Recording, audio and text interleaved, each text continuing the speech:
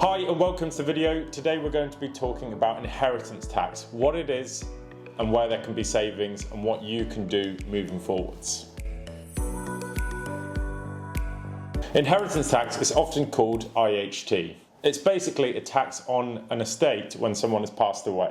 This can be money, property, possessions or anything of value. In the UK, the first £325,000 is not chargeable to inheritance tax, and this is called the nil rate band. If you watch the rest of this video, you can actually see ways you can save on inheritance tax. There are additional allowances for inheritance tax. For example, if you pass your family home down to your children or grandchildren, this can actually raise how much you can pass on without having to pay inheritance tax. So in practice, inheritance tax doesn't actually hit every single estate, only those where the net value exceeds the threshold after deductions and reliefs. Let's get into it then. What exactly are the exemptions and reliefs? Exemption would mean you're exempt, you don't pay anything, and a relief means a reduction of the tax. You get reliefs and exemptions for many different specialties of tax, and that's what we help all types of people with claiming. So these are the key thresholds and allowances you need to know.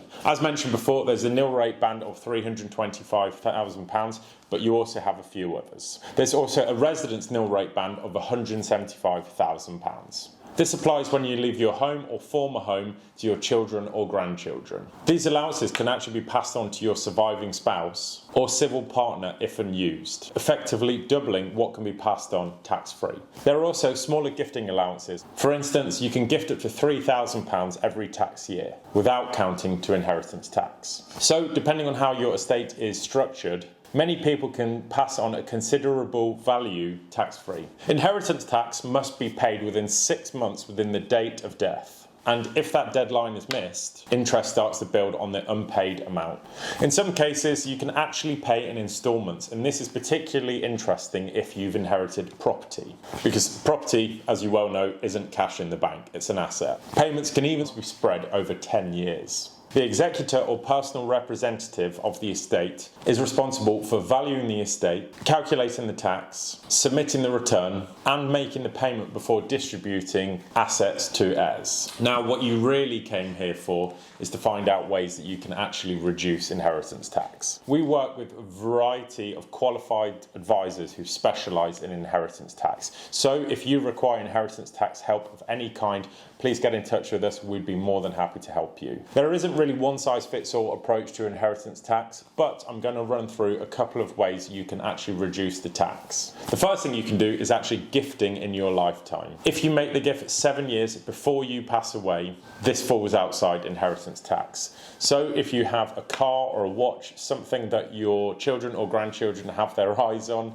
this might be the perfect time to give it away. I'll leave that one to your family. The second thing you can do is actually placing assets into trusts. Again, this is something we can help with. We have specialist advisors for setting up and maintaining trusts. The third thing is actually charitable giving. And if you leave more than 10% of your estate to charity when you die, the tax rate on the rest of the estate can drop from 40% to 36%. So again, this is something that is worth thinking about. The fourth thing is you have business and agricultural reliefs. Some businesses or farms can actually qualify for a relief of inheritance tax. You guessed it, this is something we can help with as well. The key takeaway from this is a lot of people wait for inheritance tax advice until somebody passes away. It's worth doing before so you have a structure in place and you know exactly what is happening. The next question is, does my inheritance tax apply to my pension?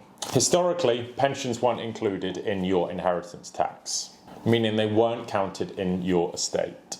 But from April 2027, unused pension funds and death benefits may start to be included for inheritance tax purposes. So it really is becoming ever more important to plan ahead. Next up, we've got spouse or civil partnership. If you leave your estate to your spouse or civil partner, there's generally no inheritance tax to pay at this stage. It's exempt, but who knows, this might change in the future. So while pensions may become more exposed to inheritance tax in the future, at the moment it still is one of the strongest forms of protection against inheritance tax. I hope you've enjoyed this video, and this has been a very brief overview into what is an incredibly complex specialist tax area. So I thought I'd tell you, here at My Tax Broker, we connect you with specialist tax advisors, and inheritance tax is actually something that we cover. If you click the link in the description below, get in contact with us, and we'd be more than happy to put you in touch with one of our specialist advisors. There's no cost for a consultation. We are happy to help. Thanks for watching. If you could please hit that like button and also subscribe